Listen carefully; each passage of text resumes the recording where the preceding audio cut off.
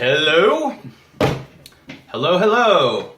It is I, the poofy-haired professor, here to show you how to make a mugshot portrait. Why on earth would you want to make a mugshot portrait? It doesn't have a whole lot of personality. It is kind of grim, but it's the best way to get to know your facial geometry or the geometry of any face that you're interested in depicting. So before you show the face at a cool angle and get these neat artistic effects, you're going to want to study that face straight on, because that's going to give you the most information about what's actually happening in the planes of that face, how it's constructed. There's a reason why police take a photo of arrested suspects from the front and side or profile view. That's because these two views provide the best visual information about how the geometry of the face is constructed.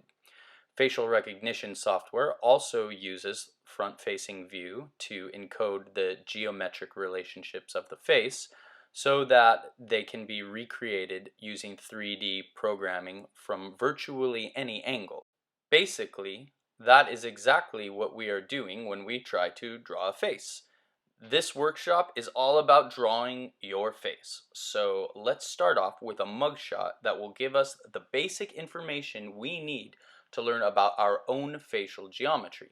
Once we've mastered this simple view along with the profile, we'll have what we need to create more complex self-portraits utilizing different angles. The cool thing about drawing yourself is that, well, you always have yourself to model for you. You're probably not going to say no to yourself. You don't have to worry about anyone feeling awkward after you ask them if you can draw them. You can draw yourself as many times as you want to, and over time, you'll get really good at it. So the first thing that you need to do is get a photo to reference, a photo of yourself. You can do this using a mirror, but I prefer students to use photos because it already makes the image 2D. It flattens it out, and it just makes it a lot easier for you to analyze the geometry. Of course, some people say it's better not to flatten the image that way. But personally, I think it helps a lot in the beginning stages. I think there's a lot to be said for drawing from life and drawing from a mirror later on. But again, in the beginning, this is a lot easier. Once you have your photo, then you want to crop it as close as you can to the face. I prefer to get a bit of the neck, maybe a bit of the shoulders. Don't crop into the face. Make sure that you have all of the face and the hair, and you want to crop it so that it comes out large when you print it. You want to print it as large as possible. You next should make the image black and white. This is going to help a lot in later stages when you're shading it in. In fact, I recommend you make two versions. Make a lighter version in black and white and a darker version. Some different programs will let you apply filters that lighten the image, so you might use one of those. If you know how to use Photoshop or Illustrator, you can adjust the opacity of your image to make a lighter version. But it really helps to have a darker and a lighter one, because the darker one we will use for shading in the values, and the lighter one we can use to draw on. And we can actually analyze the proportions by drawing directly and measuring the proportions on the image itself. I like using this clear plastic triangle for my straight edges because it helps me to see whether I'm in the center of my target area. Here I'm trying to find the center of my face. I draw a vertical line there to help with the analysis.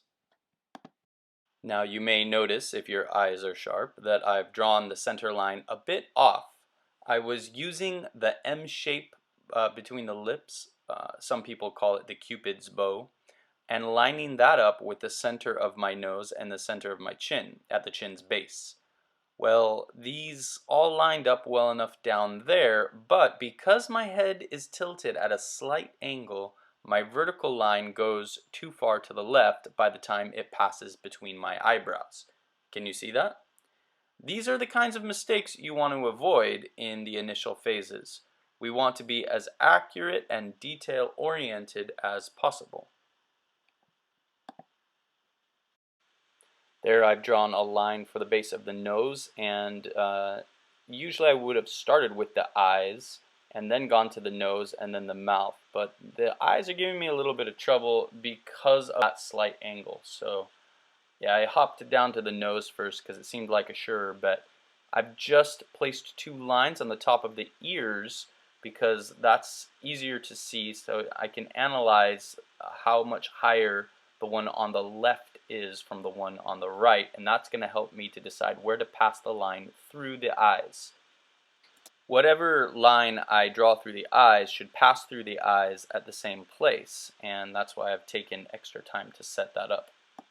Somewhere along my nose, the vertical center line deviates from the true center of my face. So now I want to try to find that, where exactly that point is, and redraw the center line so that it actually passes through the center of my nose, through the middle between my eyebrows evenly. I'm erasing now and realizing, unfortunately, that my eraser is taking off the ink of the photo, so I decided to stop erasing and just deal with it. Now I'm trying to guesstimate where the top of my head would be. I have to imagine it through the poof of my hair. It's not easy to do this, but it helps with the overall analysis. I also extend a line from the chin so I can look over to the side and compare the ratios of the given lengths. Now I draw a line for the mouth. I usually choose to place it where the lips meet, but you could also draw it from the bottom of the lip if that works better for you. Again, be precise. Notice that for most people, the line where the lips meet is not straight. The corners of the mouth may be either slightly above or slightly below the center point. So either choose the corners of the mouth or the center for the line that you draw across. I chose the center point because my pencil line will hide less information that way. Now I have the three most important ratios drawn out along the vertical line established by the height of the head: the eyes, the nose, and the mouth. These three horizontal lines, along with the vertical line, are all you need to draw a believable human face. Well, provided you've drawn them accurately. To draw them accurately, it helps to know the ratios of each intersection.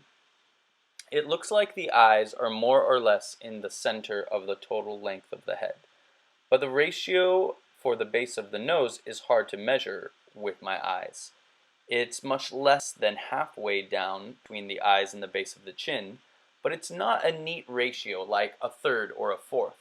The mouth is not at an easily recognizable ratio here either, so I guess I will measure these ratios, actually measure them with my ruler to get a better idea. So here's what I've got so far. From the bottom of the chin to the eyes, it's about 12.5 centimeters. From the eyes to the top of the head, it's only 10 centimeters. That's quite a bit less than perfectly in the center for the eyes. Now remember, I did have to estimate the top of the head because it's disguised by my poofy hair. Also, there may be some slight distortion from the close camera angle. That's very common for selfies, by the way. I did one of these mugshot portraits a few months ago using a photo that was taken with a bit more distance. In that one, the measurement for the eyes is closer to center. You can see here at the bottom, the eyes rest on that line that is halfway down the vertical line. That means that my eyes are almost certainly above the halfway point, but not quite as much as it appears in this particular photo. If I really wanted to know for sure, I guess I could shave my head, but I don't think I want to know that badly. So I get 7 centimeters for the length between the nose and the chin. Compared to the length between the eyes and chin, it seems like this is much closer, closer to half, which would be 6.25, than to 1/3. That's interesting because it doesn't look close to half to me, but sometimes your eyes play tricks on you when you're drawing. I get 4.5 centimeters for the mouth to the bottom of the chin. Now if we nix the half a centimeter, then 4 should be 1/3 of 12, so that's closer to a neat ratio. Now I draw a line from the edges of the nose to see where they intersect with the eyes. Again, the slight angle here is throwing me off a bit. It's helpful to do the same with the corners of the mouth. So now we're ready to start drawing. The next video will show how I use all the analysis of this photo to make sure I have accurate proportions as I begin.